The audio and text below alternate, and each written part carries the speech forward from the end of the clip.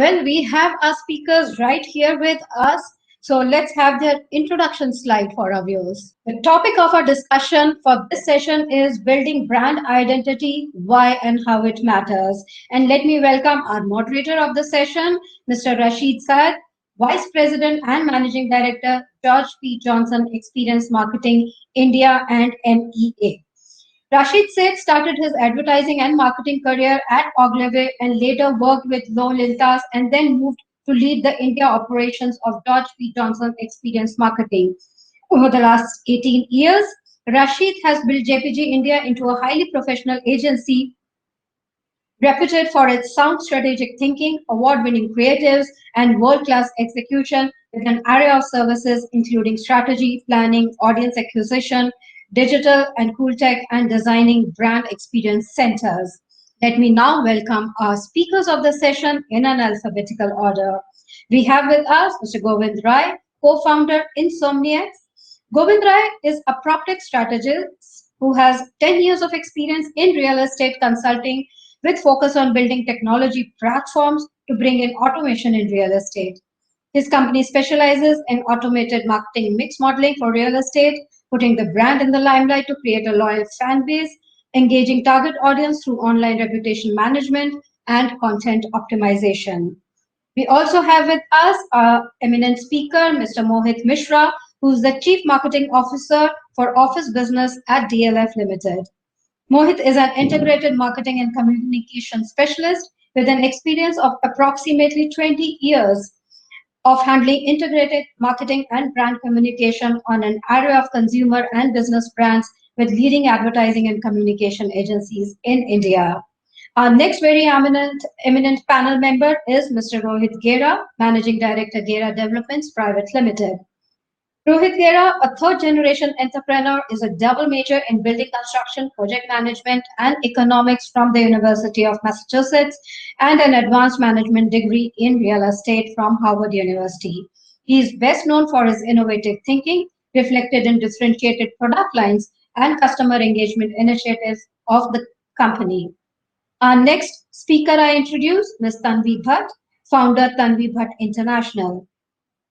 Tanvi is a leading coach on personal branding, and Tanvi Bhatt International is India's premier personal branding company where she empowers leaders to become thought leaders and thought leaders to become icons. Known as the personal branding pioneer in India, Tanvi is the go-to speaker on personal branding space. We also have with us Ms. Tanya Khanna, founder Epistle Communications. Indian architect and curator Tanya set up Epistle with the intent to formalize design communications and make South Asian architecture and design more accessible to global audiences.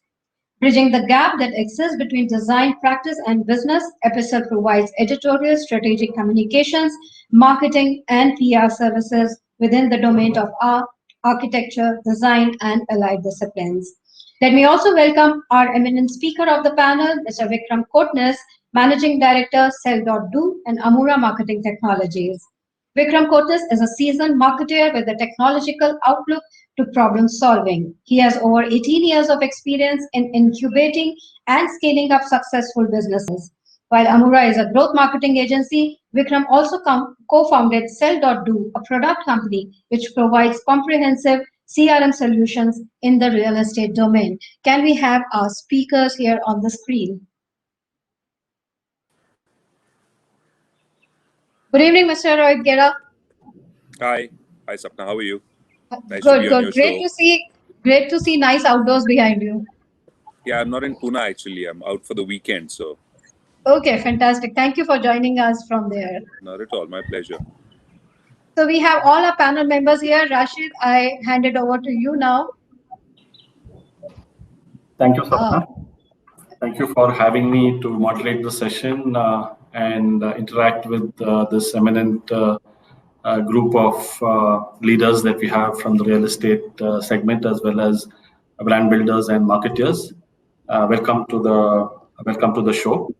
So one of the things that kind of got missed in what Sapna read out about me, which I did not include deliberately, I wanted to mention over here, is that even though my career has primarily been in the marketing and advertising segment and now in events and experiences, I started my career in real estate during my college days.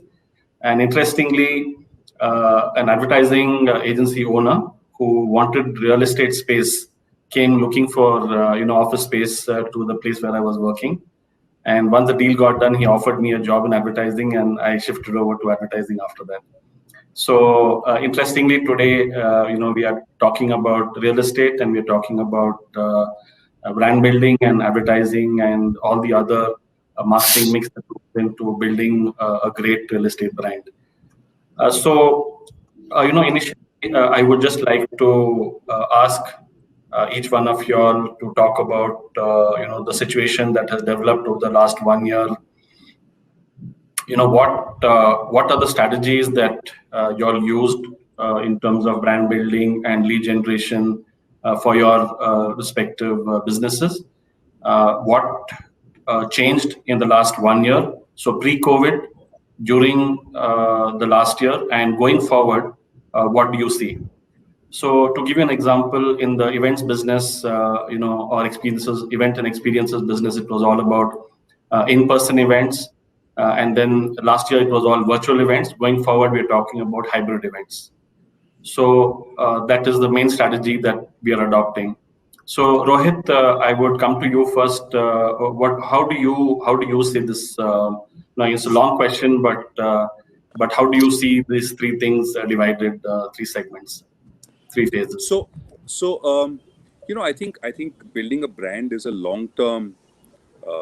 It's a long journey, right? It's not something that happens on day one. It doesn't happen in one day. It happens over decades and in some cases generations. What your question is really more about the current situation and the change. So as far as we're concerned, I think in the real estate sector we've seen a flight to better brands. We see customers now finally after many years finally gravitating towards developers who have a track record of delivery. And that's what a brand is about, right? It's about the expectation that people have from you, and they expect that the more reputed developers will actually deliver as promised. And therefore, I think that's been one, and COVID has kind of accelerated that.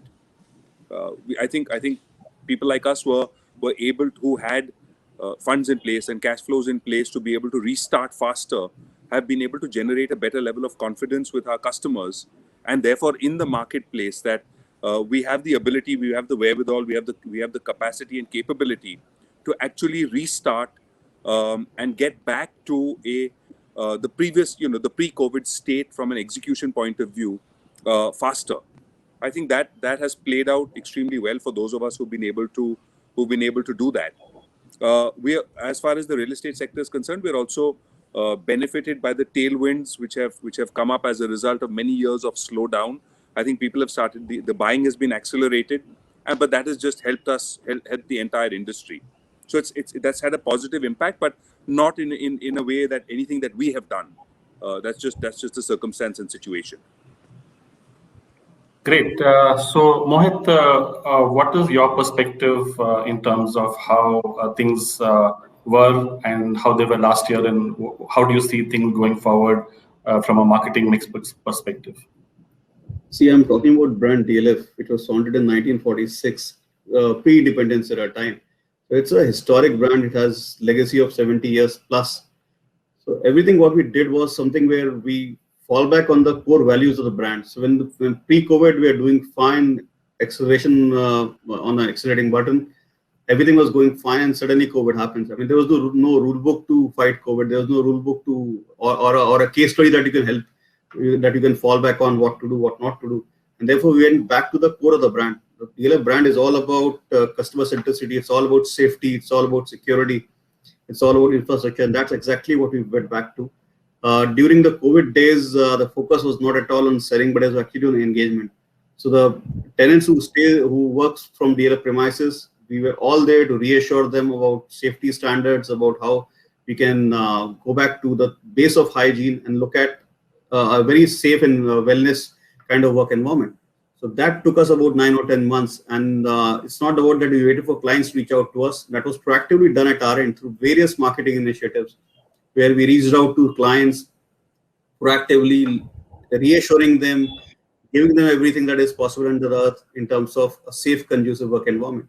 And as and when the things started easing up a bit, that is when we looked at lead generation. So we actually have, in the last 12 months, have worked on three different gears altogether. One was really a fifth gear that we all started the year with. Then came COVID, where we look at reassurance, look at hand-holding clients, and then as the year almost finished, is when you again look now back into business in terms of lead generation and really aggressive pitching for work. But the values of brand become really important in this entire pandemic era, and because the brand, it is all about customer centricity. We know it was imperative for us to handle customers at that time, and that is what has helped us face these difficult time of last 12 months. Wonderful. Tanvi, what is your perspective? So I think the kind of industry that I'm in, I've been working with a lot of C-suite leaders right across the last few years of being in the industry. And one thing which has, I think, beautifully evolved in the last 2020 pandemic era that we've seen is the shift from the focus on professional thought leadership development as your leadership brand has shifted to a beautiful, more humane dimension of building your presence as a leader, because today everything is virtual. We all are interacting only in absolute virtual sense. Very few of us have gotten back to the old normal. So the three dimensions of your brand communication, whether you are a B2B brand or a B2C brand, has completely been adapted by the leadership suite to infuse three critical elements of your brand storytelling. One is absolute conscious branding of who you are, what your brand is about from a leadership and professional value proposition perspective. The second one is candor. People have become so much more open, so much more compassionate, so much more forgiving, so much more accommodating over the last few years, that we've seen a direct shift in the way people are communicating their leadership journeys and footprint. And third, and the most important thing, it's become extremely authentic. We have never seen such an infusion of authenticity in leadership communication when it comes to personal brand management or leadership brand footprint creation at the hands of the leaders who represent organizations, who are the stewards and custodians of the organization brand equity, to infuse that level of authenticity in the communication that they're doing both online and offline today. And I really hope that this trend continues, and it's not just the need of the hour, but honestly, I think it's the need of the entire evolution of the corporate industry to infuse more compassion, candor, and conscious leadership as a part of your thought leadership manifestation that we all are doing as leaders. So I've seen this beautiful evolution of leadership and brand communication happen at our end. Lovely. That's good to hear that. That's something that brands across segments and sectors are talking about empathy and authenticity. That has become such an important thing. Not only brands, but even how people are treated around that's a positive change that has happened. I would say with the whole COVID situation. Absolutely. Great. Tanya, your perspective? Hi. So yeah, I think I would actually really agree with what Tanvi just said. The authenticity of the brand is what has taken predominance over everything, in the last sort of year. And, we as a company, we do work with a lot of architects, a lot of designers, and a lot of product brands. And what we found is that a couple of learnings, which we felt. One was that everybody sort of moved to the digital domain, and they quickly adapted, which shows a lot of resilience and, our ability as an industry to really, take on something that was never easily accessible to our industry. Realistically, it has been sort of disorganized, at least on the digital forefront. We've been used to very traditional methods of brand building, advertising, PR, and even something like PR has now evolved into digital media. So even agencies evolved the way they were approaching brand building, and everybody started thinking about this. Another thing that sort of came up was social media, something that, again, the industry was what are the benefits? Everybody was constantly wondering, what did social media have to contribute to who they were as a brand? We would always be asked the question of, how does Instagram help us? How does LinkedIn help us? Today, the word thought leadership is really understood on social media. These were not conversations that people were having within the industry. So that has something, I think it's been great in that sense that, from a young homeowner to somebody who's building a home to the workplace design, everybody started having all these conversations on design, not just offline in print media. It went completely digital, which has been good, because today as a nation, we are talking about design, we are talking about real estate, we are talking about the built environment a lot more, which automatically, I assume, will result in better design, a better space, better built environment for us, because you are far more conscious of what you are putting out there, as design. That is one. Also, brand building sort of has taken on a whole new meaning. I think everybody used that time to really introspect. While we were all sort of busy running the rat race, I think COVID did teach us all to sort of step back and see who we are as a brand. What do we want to say? Everybody took a step back to introspect and find out what was their USP. Where did they bring in value? Everybody has a unique story. So from a brand building perspective, I think if people did, companies, product brands, whoever it is, they spend time in stepping back and saying, okay, I don't want to just run the digital rat race, or I don't want to run the PR rat race or the event rat race. I want to see, where is it that my target audience is? Where are my leads coming from? What should I spend time doing? And that clarity of a larger brand building plan. I think I've seen firms, large, small groups, everybody they have far more clarity on what works and what doesn't work, because there is no set menu for everybody. Everybody needs a customized approach to brand building. And I think this is what people have sort of leveraged to their advantage now. Yeah, I think the smarter brands took the time for pause that happened to introspect and think about their brands and plan ahead in terms of what course correction they can do and do better going forward. Absolutely right on that, Tanya. So, Vikram, can we have your thoughts? Yeah, sure. Thank you for having me. Primarily, COVID did two things. One is the home became very important. So real estate obviously has benefited from that. And secondly, people were spending twice the amount of time online than they were before, right? Everybody was in front of their screens. So a behavior which probably, and I've seen all the sides of real estate for the last 12 years, right from software adoptions to technology to the developers agreeing to kind of take software seriously and all these. So we've been working with Gera. They are one of the front runners. We work with DLF also and all this. But what fundamentally happened, like people started, all the digital touch points became very, very important.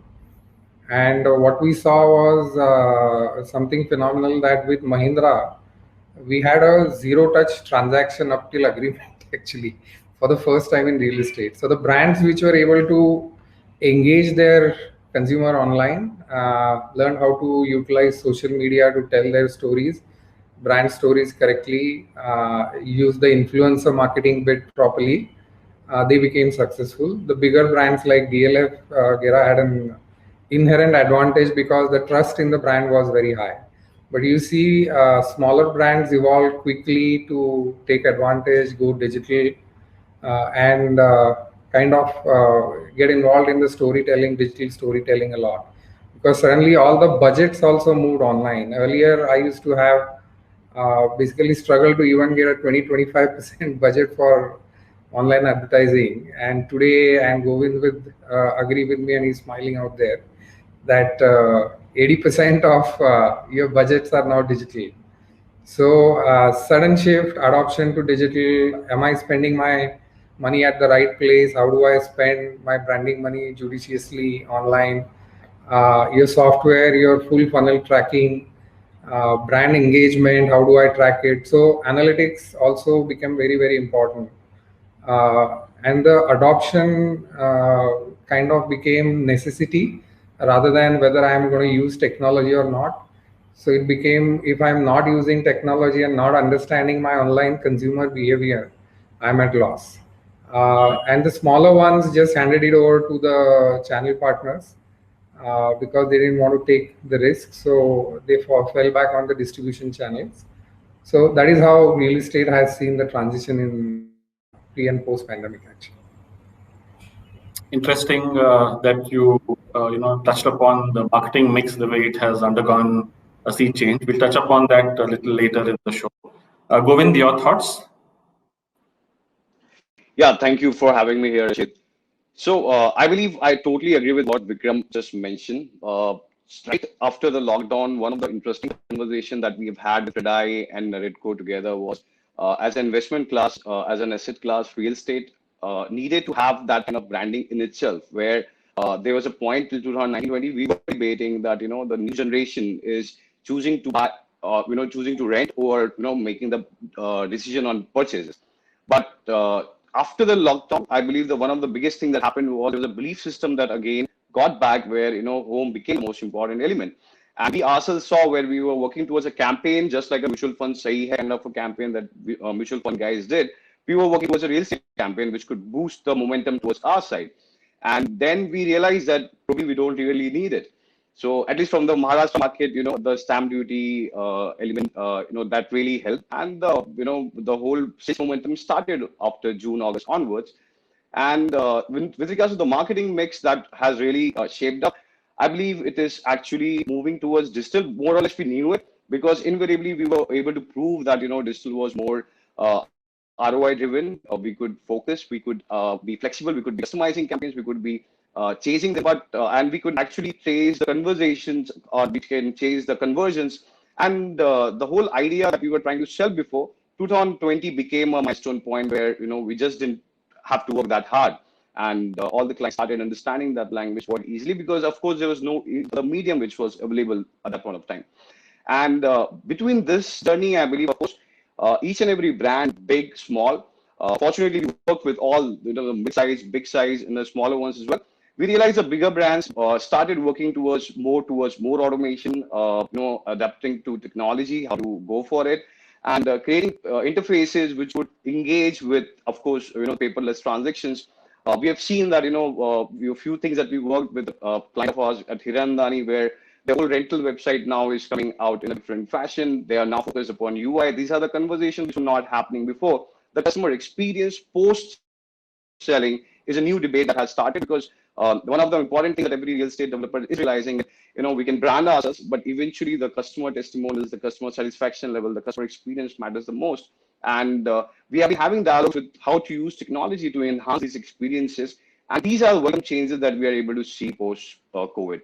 So that's my take about this. Okay, thank you, Govind. Rohit, coming back to you, I'm sure you've been asked this question millions of times, but I'd like to ask again for the benefit of our viewers. How do you see this whole work from home panning out?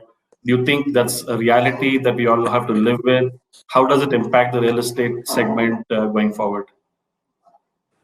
So, I think the pendulum has kind of swung, and it keeps swinging on this subject over the last 12 months or so.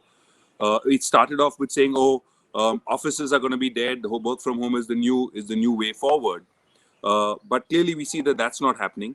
I think what work from home, what the last year has kind of shown, is that as employers, if we've successfully managed 6 months or 9 months of our teams working from home, then going forward, I think 1 day a week, 2 days a week, a couple of days in the fortnight, a little bit of increased flexibility, which I think employees have been asking for a long time, is something that we've all now experienced, and we found that we're able to function in a world where we give that degree of flexibility to our employees. So my own belief is I think we'll see a sort of hybrid. I think we will have a much greater acceptance to work from home. So like in my own case, somebody in my team sent me an email and said, listen, can I work from home for the next 3 days? And I was like, yeah, sure. It's not a big deal. Just make sure you're reporting in what you're doing and getting done. And it didn't even require a second thought, right? So I think my view on it is that we will see this hybrid sort of emerge.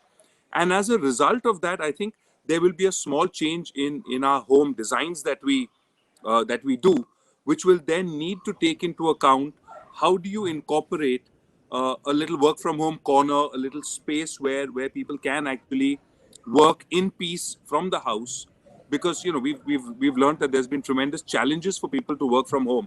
Kids are at home, in-laws are at home. There's all. I mean, look, we all tolerated the sounds of the home sounds on a Zoom call because we were forced to, right? Yeah. But let's accept it. It's really annoying when you're trying to get into a business discussion and you hear the pressure cooker, kind of going off in the background, right? Correct. So we've all experienced this. But I think as we evolve, we will have spaces created in our home designs that we do, which will be secluded, which will be, so I think this is emerging. But I think the single biggest shift over is that companies will start allowing and accepting work from home, not on a permanent basis for everybody, but certainly on a as need and on a temporary basis for virtually everybody. Thanks for that, Rohit. I think that's what is a sense that even me, as somebody who runs a company in India for George P. Johnson, there was a time when I was not at all okay with having people work from home even once a week. But now I've kind of opened my mind to it, like you rightly said. I'm open to it, and I'm allowing the fact that it's working better for people to kind of work in a bit of a hybrid model. But we're not giving up our office. We definitely want the office. The creative energies flow better when you are together as team. The collaboration happens better. So the hybrid model is what is emerging. Agree with you. So staying with you, Rohit. Sorry, go ahead. So there's one other thing on that, right? I think we are in this country. There is a very and I'm generalizing, and I accept that to start off. But I think that there is a tremendous need for supervision of our workforce, and work from home eliminates the ability to supervise them as closely as is needed today. So I think as we evolve, we will hopefully see a cultural shift amongst people where they then take on the responsibility and then deliver what they're supposed to do from home. I think that's another shift that we'll start seeing over time. Sorry, go. Sorry to have interrupted on that. That's correct, Rohit. Agree with you on that. So coming back to brand building, I have a question for you. In the years that you have run your company, I'm sure you've done or you've overseen a lot of brand building work that happened. Talk to us about any one particular campaign that your team came up with or your agency came up with that you look back and say, wow, that was brilliant, and that really was a tipping point in how my brand was perceived in the market after that campaign ran. Okay, so that's an interesting one. So I think when you're looking at building a brand and you want to communicate, I think what's really important is that the values that you practice and that you live on a day-to-day basis are what's picked up and then amplified to the world outside, so that when people come and interact with you, that statement that you're making outside is experienced by them, right? And I'll talk about two things. Right? So one of them is our latest, our current tagline, which says "Let's outdo." Right now, that works as a rallying cry within the organization, and it really drives and motivates people internally to really go out and do that extra amount, right? To the world outside, whether it's our customers, whether it's our vendors, or financial institutions who we deal with. If we prepay a loan, we talk about outdo. If we deliver on time, or if we deliver ahead of time, we talk about outdo. If we deliver a higher standard of quality, it's about outdo. If we talk about innovation, whether it's technology innovation, whether it's product innovation, it's about outdo. So as long as what you're doing, then in the words that you use to communicate outside is reflected in the experiences that people have with you, then there's a resonance, and that's what really helps to further the brand building. Yeah. If I'm going to say something which is not authentic to what we do, it's a waste of marketing spend. So True. I think in the recent past, the outdoor campaign is something that's worked extremely well for us. And I think this was about 15 or 18 years ago when we had a campaign which was called Building with IQ. And we called IQ as innovation quotient. So if you actually think about it, then innovation is a way of outdoing anyway. So the outdo campaign then is the kind of stepped up on top of innovation. But for a large number of years, we were talking about building with IQ. And that's both intelligence and primarily innovation quotient. So we were doing things very differently, whether it's our child-centric homes, for example, the IntelliPlexes that we've done over time, the use of technology, a lot of this kind of stuff is then linked with that innovation quotient. And today that kind of springboards into the audience with outdo. Nice, lovely. So, like you rightly said, any advertising that you put out there, any brand building that you do out there, you have to walk the talk ultimately as the organization in whatever that you say. It's only then it has a ripple effect. Otherwise, it's just mere words that will remain on a hoarding or a piece of paper ultimately.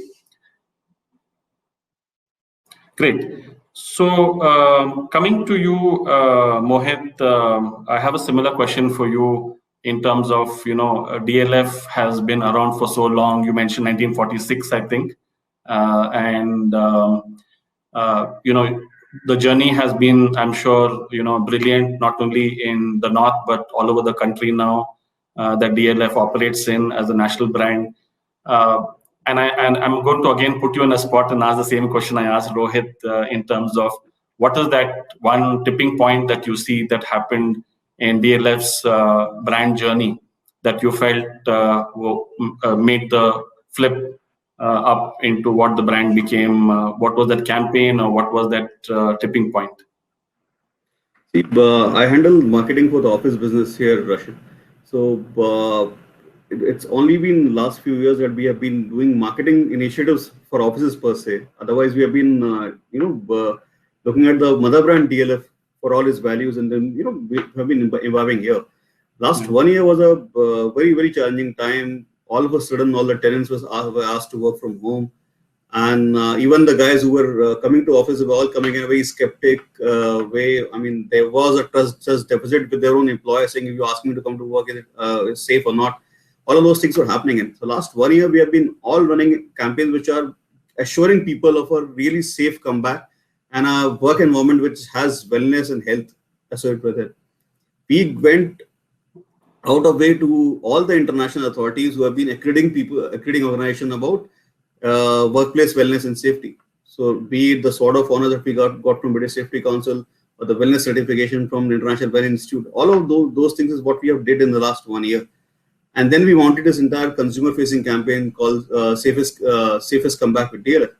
It really yielded dividends. All people needed was assurance that when they come back to work, is it safe or not?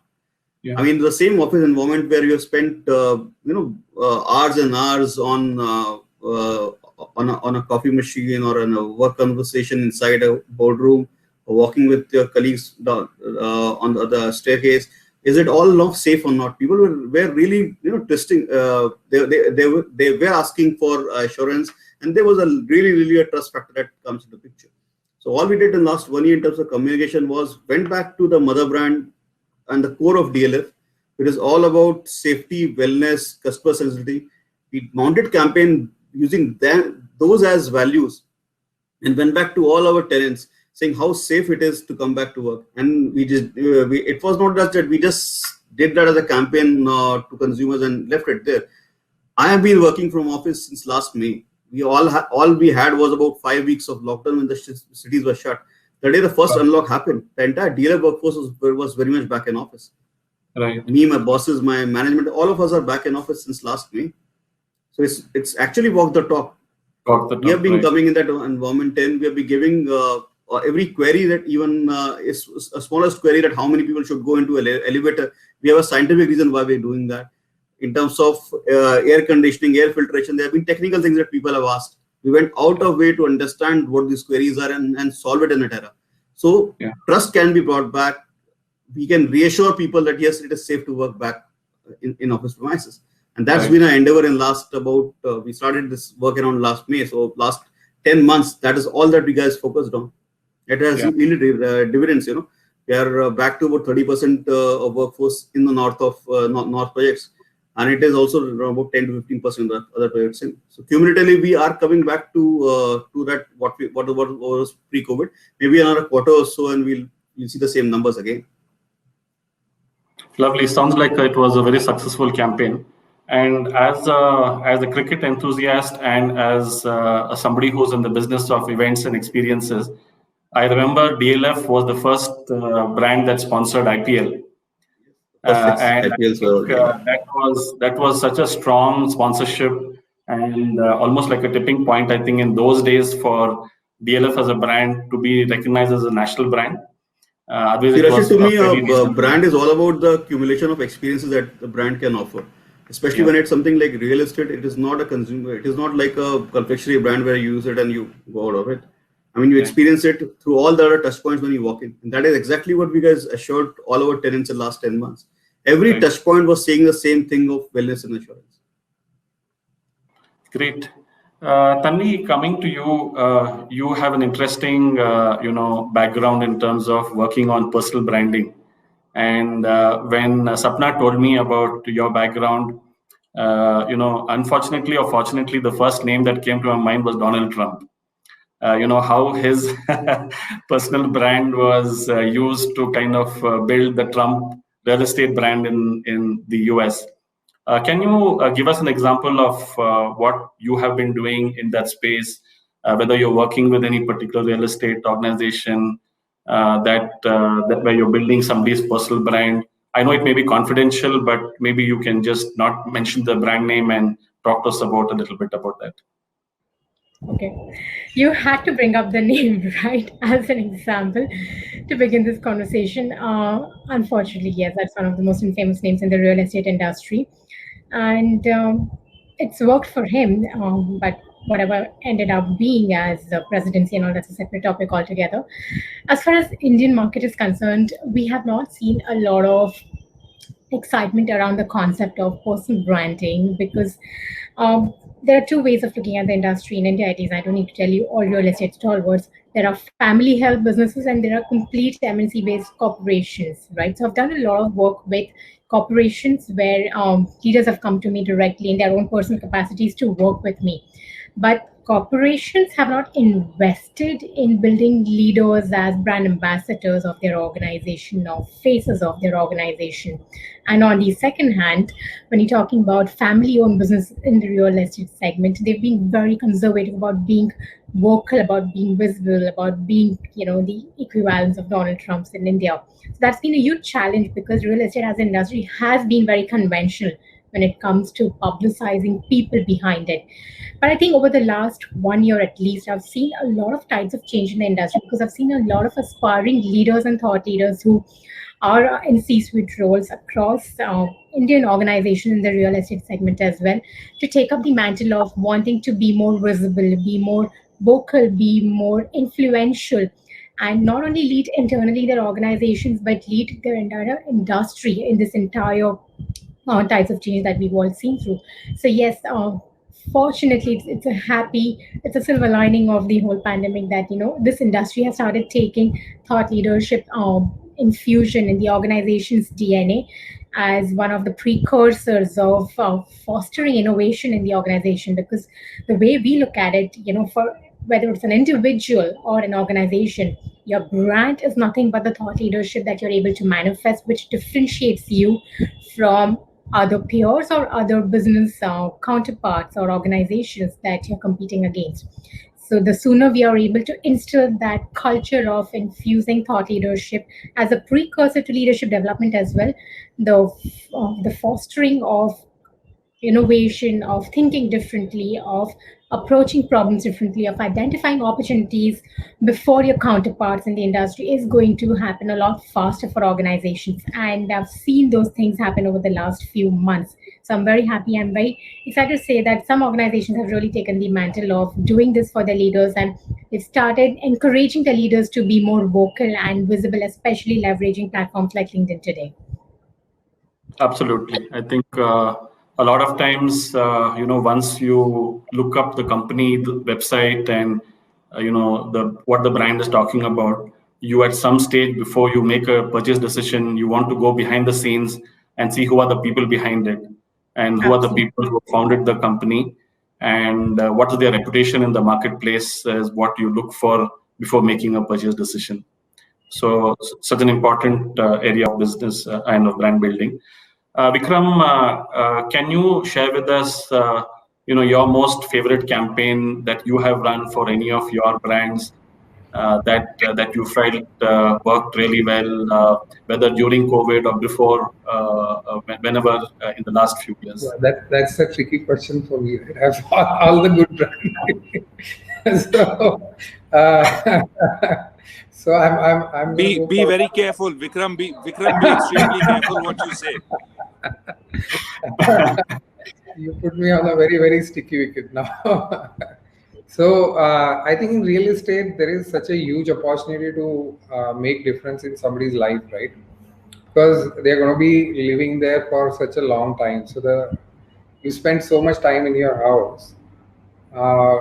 So branding in real estate is actually how you are thinking about making lives of your customers better, and you can actually make them feel it. So there are a couple of campaigns that I can talk about. Is one was I remember the one which is the child-centric campaign did extremely well because with Gera, because for the first time somebody really thought about the problems that parents had with kids, keeping them busy, giving them the best education, all round kind of growth, and not still living the complex life.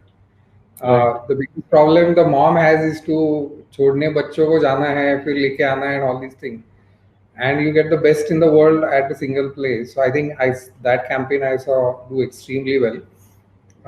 One of the other campaigns that and people paid almost a 20% premium at the same location. So Rohit, well done there.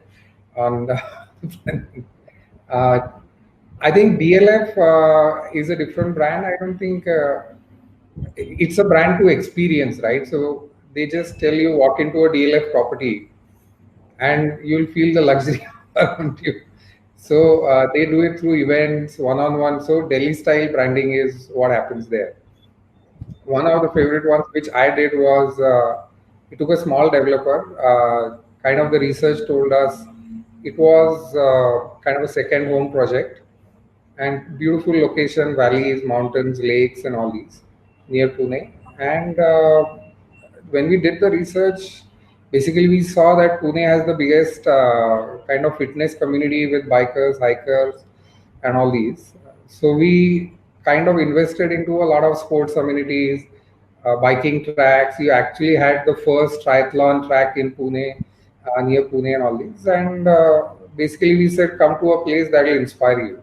So we kind of enhanced the brand with Milind Soman as a brand ambassador, and the campaign was Live Inspired.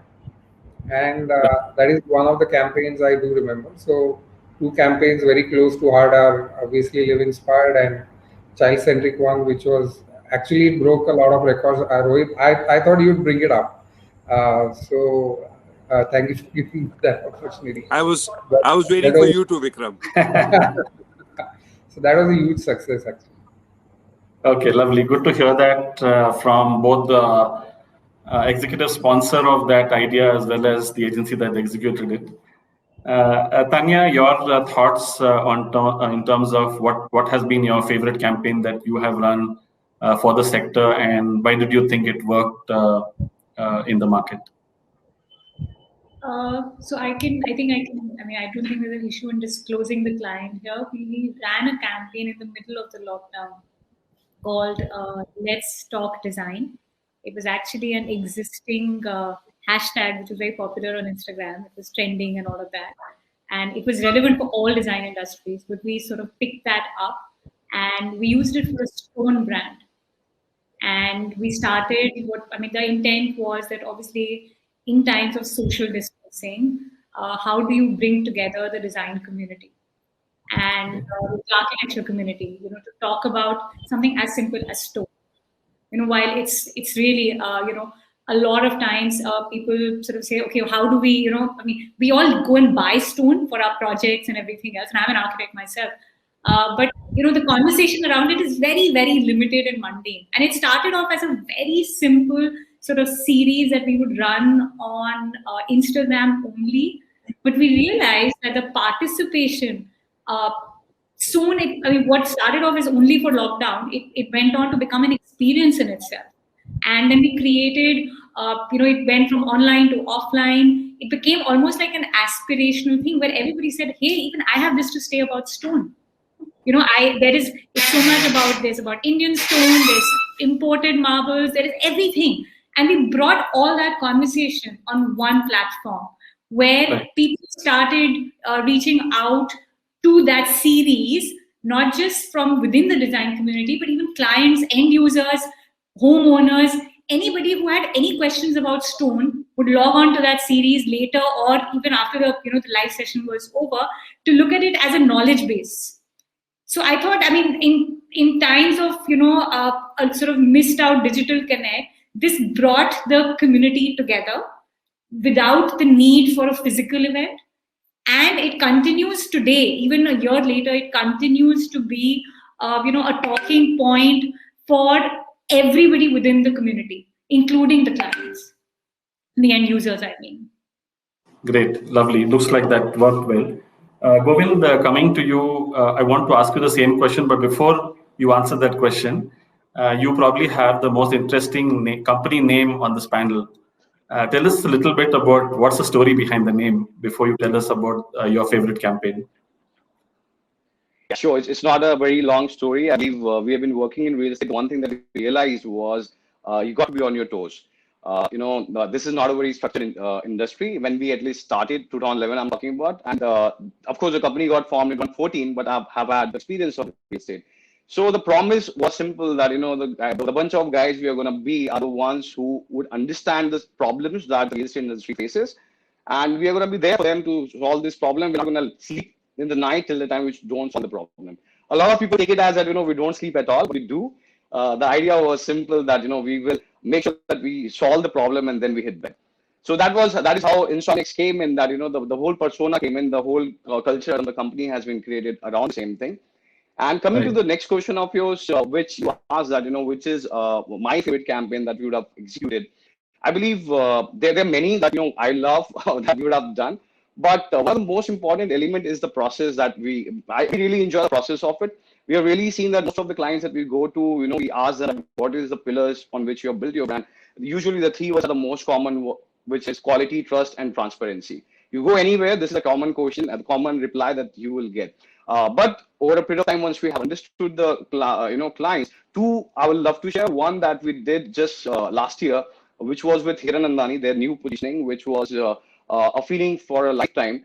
The idea was simple that they are known for their design, they're known for their architectural efforts, they're known for how the long-term vision that they've had, what kind of yields they give to the customers. But we wanted to go past it. We didn't want just a functional element to define this. And we narrated a story which was almost our story. Our team felt it, where we created a possibility where we could narrate the story on the basis of the fact that every kid which is growing up, they want to stay there. Every person who's coming to Bombay has a mission to stay there, buy a home there.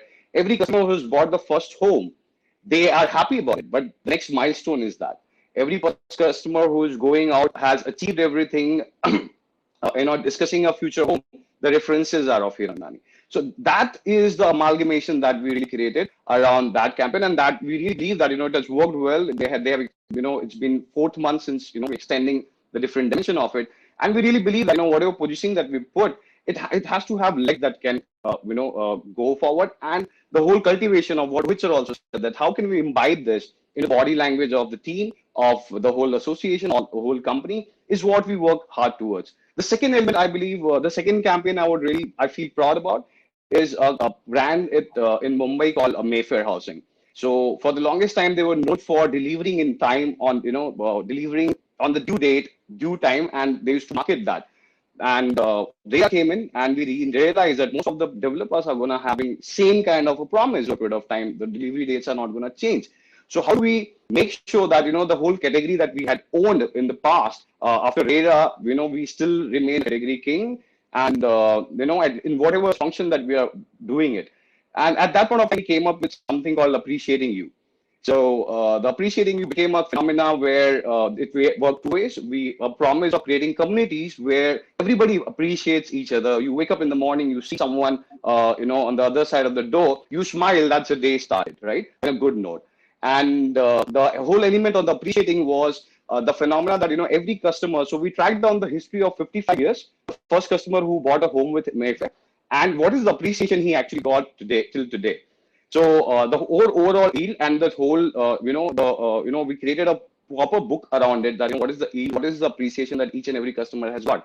And by living the whole thing, we created a phenomena where each and every building, we got the housewives, the ladies who were doing something. This lady who was making good cakes. So we created a phenomena where, to appreciate them, this is our gesture that, at any point of time, Mayfair Housing will have cake celebration or anything it is going. It is going to be that lady who, we buy it. So the internal people who are the entrepreneurs, boosting their business. So the living the whole appreciating you phenomena, is what we created. And I mean, these are the campaigns. So it is not just campaigns, the whole positioning and living it up is what, which makes us proud in this domain.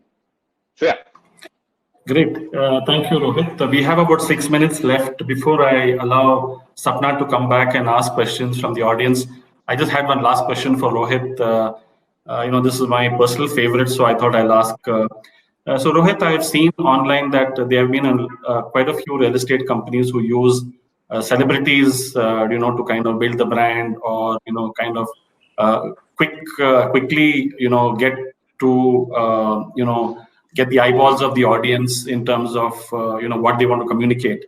What is your personal view in terms of using either cricketers or Bollywood celebrities to endorse a real estate brand?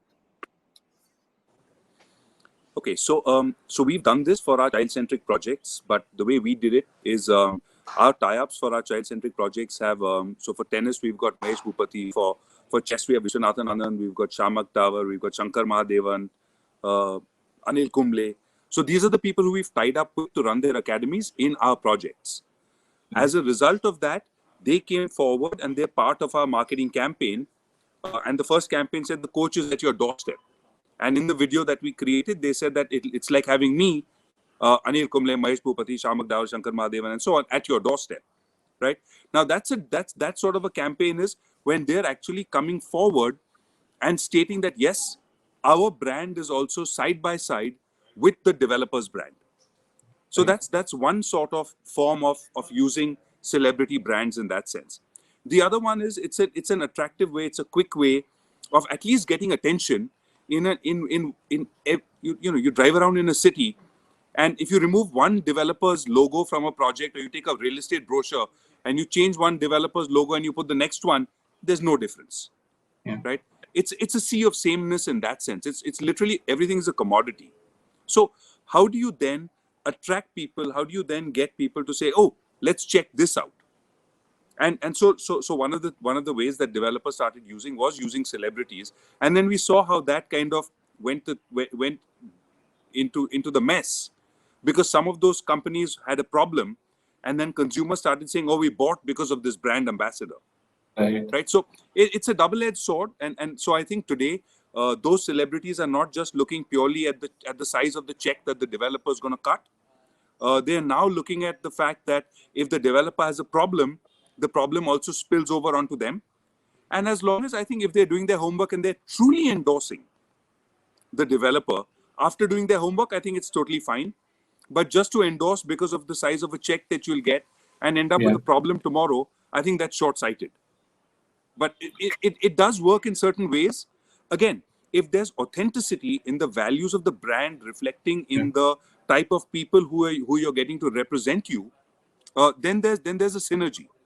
Correct. Right? But just to get somebody, you're doing something which is in a certain segment where the brand ambassador, there's no resonance between the two, there's no synergy between the two. It's a waste of money. All it does is attract eyeballs, but there's no extra value that you drive from it. So I think it's not a wrong strategy, but I think it's it's horses for courses. Different people will need to use it, but in the right manner. That's what I feel about it. Thank you, Rohit. Thank you so much for that. Sapna, you want to come back on, and if there are any questions from audiences, you want to kind of ask? Yes, we do have, Rashid, a lot of questions, and I will leave it up to you what speaker should be taking that question. One question that we have is that with constantly changing real estate demand trends, how do you establish a brand value that is dynamic, in sync with times, yet timeless? Rashid, your call. Yeah, Mohit, you want to take that? See, I think a brand can never be devoid of its its consumers and its users. So when you look at a brand value, it's hard to be derived from what the user expects the brand to behave. The example I can give you of COVID is that the office premises were open, but the consumers don't know what getting in. They have their own queries in their mind. So when you define your brand value, make sure it's pitched to the people whom it's addressed to it. So the brand value has to be exactly what the consumers are expecting the brand value to be. It can't be what you want to say. It has to be what the consumers want to say. Right. Rashid, you would like to add something to it? How to have a brand which is dynamic also as well as timeless? Sapna, I may not be the right person to answer that question because I haven't done that much of work in the real estate and developer segment. Mine have mostly been, in the technology, telecom, and the automotive space. That is where George P. Johnson specializes in as a company, not only in India but globally as well. What could be takeaways from there for real estate? What could be the takeaways from those industries? From these industries? I think real estate industry is no different from a brand building and a marketing perspective. From whatever I've heard today from all the panelists, it's the challenges are the same. The positives are the same, the negatives are the same. I was primarily looking for not only the bigger picture, but also specific to what all of us are going through right now as marketers to overcome these challenges and what the future looks like. So one thing that's coming clearly to me, even before this event, is that almost everything in this planet seems to be going hybrid. Rohit spoke about people working hybrid, 4 days from the office and 1 day from home. We are seeing the same thing with our events where it used to be in person before. The whole of last year was virtual events. Now the clients are talking about hybrid events because we have tasted blood in terms of being able to reach a larger audience through virtual events compared to what in-person events used to be. So, and the hub and spoke model is now coming into play, where you have people on ground in one city, but there will be a spread that will happen across different markets which couldn't probably attend before through a virtual experience. So that's something that we are seeing. Hybrid, I think, is a big takeaway from me, even from this event today. Okay. Sapna, if I can just add something very quick to that, to your question. Yes. Please. So if we think about the projects and the companies are now building, and we have to look at it to say that these projects will outlive us, right? We'll be dead and gone before this project has to be redeveloped. You have to think about the fact that a consumer is going to pay for that home which he's going to buy for the next 25 years. And the moment you start taking that sort of a longer term approach, I think that then has to start coming out through your communication and through your attitude and approach of the organization. And ultimately, the brand really is talking about what the brand talks about. The brand talk is about what you look at from the long-term perspective. So I think just looking at the fact that the project is going to outlive the promoter in that sense, I think automatically brings a sort of longevity to the approach. Okay, I believe that's a so. fair point. I have a small pointer to add to what Rohit just said, and the question that you Right. asked. The real thing is, I believe it's very simple. We should always look at the perspective that in the long run, what are the behavioral patterns of the customers which are not going to change, right? They're always going to want a quality home. They're always going to want a home which is efficient. They're in terms of planning, they're always going to want a home which is priced right. They will always want convenience. They will always want the right location. So there are many attributes which are already there. So when you're building Amazon, what do you spend upon? People are always going to buy cheaper things, maybe, or maybe they would want it at the lowest cost, or they would want it fast delivery. So where does Amazon spend money? On logistics, right? To make it much more faster. In the similar way, I think the best way is what are the consumer behavioral pattern which will not change, and that would answer a question. And we have to just pick one, ideology that belongs to us and build the brand upon that. Okay, so don't think about the short-term trends, but look at what your long-term goals or plans are, what you long-term want to project yourself as if you're building a brand. I think that answers the question very well from our speakers. Another question that comes is about social media, that while it is helpful for building business and engaging audience, how good is it for building a brand? I think it comes from the the scenario because you cannot control the comments on that. So Rashid, again, your call. I think Vikram, you want to take that? Yeah, sure.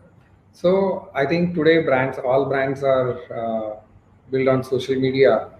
India is in a flux where you are looking at a lot of D2C companies. And we work for a lot of FMCG, and we've seen that trend where challenger brands are kind of taking on the incumbents by being a social media savvy company, right? Means you've seen Mama Earth, you've seen Wow, and all these brands. It is not different for real estate. So I was just reiterating, be serious about being invested in your consumer. Social media can build or destroy you. Real estate is the biggest investment the consumer does. So he will research properly before he buys. In fact, he'll research more before buying any other brand than buying real estate, right? So being social media savvy and being true to your consumer means, I won't take the name of the brand, but one brand, probably one of the largest in Mumbai, continuously been bashed on social media, and our sales was down to 10%. And the minute we became serious about consumer, put tax in place, we said before raising a complaint, we opened up a channel on Facebook, talked to us first, reached out to consumer, started a customer happiness month, and started telling consumer stories and innovations that we did online. The sales jumped by 200%. So it's very serious. It's not whether if you can ignore it. You have no way. If you don't open up your channel, the customer will open up a channel, and that will become a bigger problem for you. So you have to learn how to be social media savvy in these days. Yeah. So social media is like is a devil that you have to control in the right ways. You are Anyone? you have no escape. So Okay. you do to your Okay, so it's not like to be or not to be. You have to be there, but you have to know how to control it. Anyone else speaker who would like to add to that? We have a lot of other brand strategists here. Tanvi and Tanya. Yeah. Yeah. So I would also say, I think before you sort of decide on just social media as a platform, it is important to identify which platform works for you, and then stick to that before you sort of give up on it. A lot of people start everywhere: Twitter, Instagram, Facebook, LinkedIn, everywhere. And then say after 6 months, hey, nothing worked for me. What am I getting in return? Everybody has limited resources. It's better to think about what are the goals that one is that one is set out for themselves. And then maybe pick only 2 or 3 relevant, pertinent platforms. And then stick to those for at least 6 months to a year before you take a call as to what is working and what is not working. Everything is very dynamic. Social media itself is dynamic. Algorithms change every day. A lot of it depends on your ad spends, especially when you're, in the developer game, the ad spends are huge, right? In the smaller design domain, ad spends are much lesser. But before you sort of decide to commit or move away from any one platform, it's important to plan and see again where your audience is and then pick your platform of choice. Okay. Another related question is, what are the ways and tools to handle online reputation management? It's open to the panel. Mr. Gera, would you like to? No, actually, Sapna, I'm sorry, but I'm going to need to. I had a 6 o'clock with something else, which I've kind of run over. So will you just excuse me, please? Yes. Thank you so much for sharing your views. Leave. Yes. Yeah. Sorry about that, but I really have no. to. I think we had a good conversation and had good views from you. Thank you so much for Thanks being very here. much. Thank you, everyone. Thanks. Thank you. So Sapna, anyone else who would like to take that? Sapna, even I thought that we had a hard stop at 6 o'clock. Do we have flexibility to go on? Seems like there is time. Right? We'll take just this last question and then we will close it. We have lots of questions, but we'll just stop at this one. Okay. Yeah. So about online reputation management, anyone who would like to take that? There are various tools for online reputation management. You can use Meltwater, ORM, Hootsuite. Dedicatedly, you need a person. You need to decide your content and response strategy first. So how does the brand behave? What is my behavior on Twitter? What is my behavior on Facebook? Am I going to handle any complaints on Facebook, or am I going to take it offline? So you need to do the whole strategy first. So it falls under the content strategy and brand behavior. So it's a mix of content plus brand behavior. You have to create kind of a framework for that and implement tools and then go about it. So establish your tags, or who's going to respond. Is it a complaint? Is it something that people are asking questions for? Is it a sale? And have your own whole strategy in place accordingly. So